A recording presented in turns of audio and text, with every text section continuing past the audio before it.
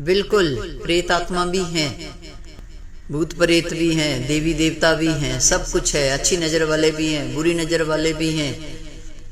और क्या, बाबा जी के चरणों में तो अधिकतर लोग ऐसे ही आते हैं, हमें नज़र लग गई, हमें टोक लग गई, कोई प्रेत लग गया, टोना कर दिया, टोटका कर दिया, सब कुछ है भाई। कितने लोग हैं जो अस्पताल से उठकर आते हैं, दवाई असर नहीं कर रही है, तो दवाई असर नहीं कर रही है और इतने टेस्ट करवाए, रिपोर्ट बिल्कुल नॉर्मल है, लेकिन हम कष्ट में है। तो उस कष्ट में क्या है, कोई बुरी नज़र है? अब बुरी नज़र कौन उतारेगा?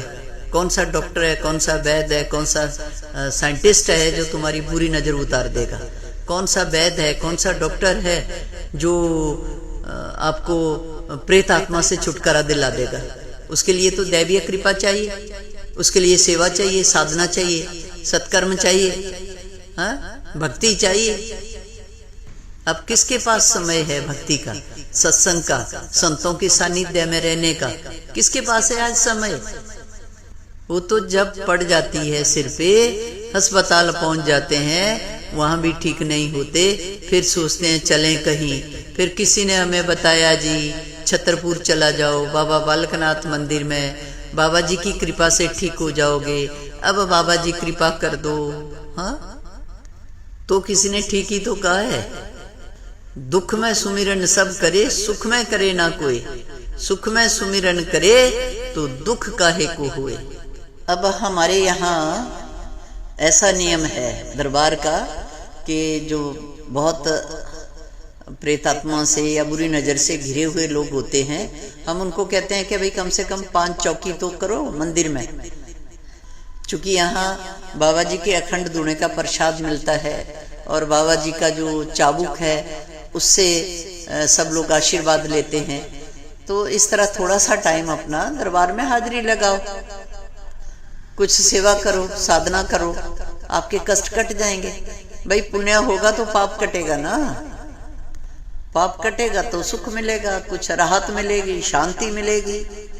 अब पाप होगा तो और पाप करोगे तो और कष्ट बढ़ेगा, नहीं? अब हमारे पास कई लोग ऐसे आते हैं, बहुत पैसे वाले लोग, उनको कहें कि 5 चौकियां भरनी है या 5 बार तुम मंदिर में हर जेठे रविवार को आ जाओ। हर रविवार नहीं आ सकते तो हर जेठे रविवार को आ जाओ, 5 चौकियां कर दो। माने ये है कि भक्ति का इस तरह से धीरे धीरे हम लोग ईश्वर के चरणों में लगते हैं, धीरे धीरे मन जुड़ता है, तो भक्ति की तरफ, आध्यात्मिकता की तरफ, सत्य मार्ग में चलने के लिए जो मन प्रेरित होगा तो मन को समझ आएगी, धीरे धीरे हम उस मार्ग में चलेंगे तो हमारे लिए अच्छा ही होगा। तो इस तरह से हम लोगों को लगाते हैं कि लगिए भाई प्रभु चरणों में, सेवा में, साधना में, भक्ति मार्ग में चलिए। अब जिसके पास सब तरह की सुख सुविधा है, थोड़ी सी बुरी नज़र लग गई तो वहाँ आ गया, ठीक हो गया, तो फिर कहाँ समय है?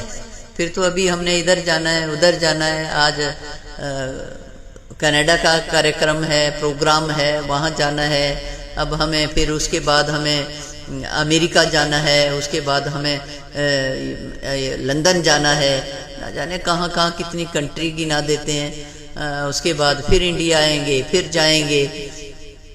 अच्छा भाई ठीक है, अब तुम तो पैसे वाले लोग हैं, सुख सुविधाएं वाले लोग हैं, अब कहाँ फुर्सत है?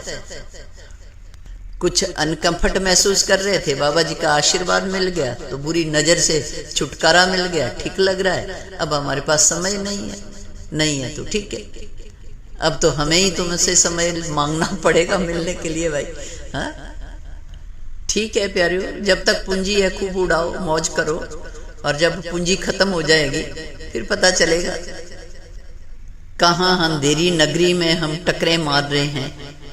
जब भक्ति का प्रकाश होगा तभी तो मार्ग दिखेगा, तभी तो सत्य मार्ग में चलोगे। और सच पूछो तो भक्ति भी सबको नहीं मिलती, ये कोई भाग्यशाली होता है, या मैं तो यूं कहती हूँ कि जिसके भाई पूर्व जन्म के कर्म अच्छे हैं उसको ही भक्ति मिल सकती है। हमारे यहाँ देख लो बाबा जी कैसे बिल्कुल दरबार तिराहा है तो तीनों साइड से लोग आ रहे हैं, जा रहे हैं, जिसके ऊपर कृपा होगी, जो भक्ति भाव वाला होगा, वो आएगा, थोड़ी देर मंदिर के अंदर आकर प्रणाम करके जल चढ़ा के थोड़ी देर बैठ के जाएगा। और किसी के मन में थोड़ा सा भक्ति भाव है तो वो बाहर से भी प्रणाम करेगा, तो ढंग से करेगा, 2 मिनट रुक के करेगा। और जिसके पास भक्ति या ईश्वर के साथ मन जुड़ा नहीं है, जिसको पता ही नहीं है कि ये है तो मैं हूँ, इसके होने से ही मैं हूँ, वह तो चलता चलता कभी इधर को नजर पड़ गई तो प्रणाम कर लेंगे, नहीं तो चलते रहे। पता ही नहीं, मंदिर भी निकल गया, घंटियां बज रही है, शंख ध्वनि हो रही है, मुड़ के नहीं देखना, पता ही नहीं अपनी धुन में है। तो ये भक्ति की पूंजी जो है, ये सबके नसीब में नहीं होती। भले ही संतों के साथ आप रहो, लेकिन भक्ति भाव मन में जागृत होना, ये जो पूर्व जन्म के अच्छे कर्म करके आए हों, उन्हीं के मन में ये भक्ति भाव, मुझे तो ऐसे ही लगता है। यही देखते हम, दिन भर लोग आ रहे हैं जा रहे हैं, तो जो भक्ति भाव वाले लोग होते हैं उनका पता चल जाता है कि भाई ये सत्कर्मी लोग हैं, इन्होंने इस जन्म में ही नहीं, इन्होंने पिछले जन्म में भी कोई अच्छे कर्म किए हैं, तभी ईश्वर के साथ इनका मन जुड़ गया। तो आइए, बात थी प्रेत आत्मा की, बुरी नजर की, ये सब कुछ है। और ये इससे छुटकारा पाने के लिए दैवीय कृपा चाहिए होती है।